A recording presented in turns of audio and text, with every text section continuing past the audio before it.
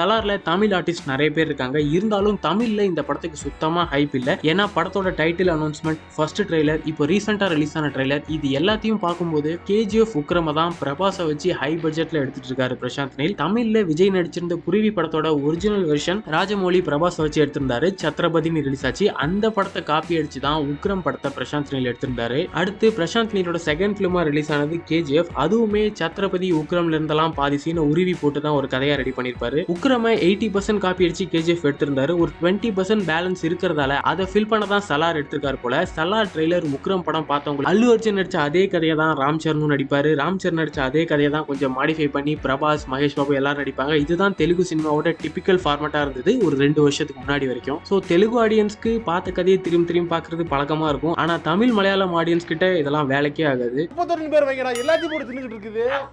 என்ன ஆகு நீயே தின்னு